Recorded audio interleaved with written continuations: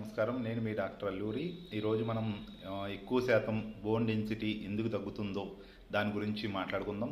చాలామందికి bone weight తగ్గడం అన్నది చాలా రకాలుగా కారణాలు ఉండొచ్చు. కానీ నాకు తెలుసుండి నేను చాలామందికి చెక్ చేస్తున్నాను ప్రతి పేషెంట్కి. దాంట్లో బోన్ డెన్సిటీ మినిమం 40 ఎబో ఉండాలి. కానీ చాలామందికి చూస్తే 10, 15, 20 బిలో ఉంటుంది. అంతకుమించి పెరగట్లేదు.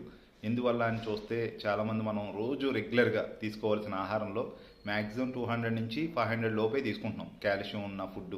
మిగతా రిమైనింగ్ తీసుకుంటలేదు. దానివల్ల లోపలికి కావాల్సింది డైలీ వర్కింగ్కి 1000 mg దాకా అందరికీ కావాల్సిన కాల్షియాన్ని మనం తగ్గించి తీసుకోవడం వల్ల లోపల ఆల్రెడీ ఎముకల్లో ఉన్న కాల్షియం ఏదవుతుందో అది బాడీ ఖర్చు చేసుకుంటుంది.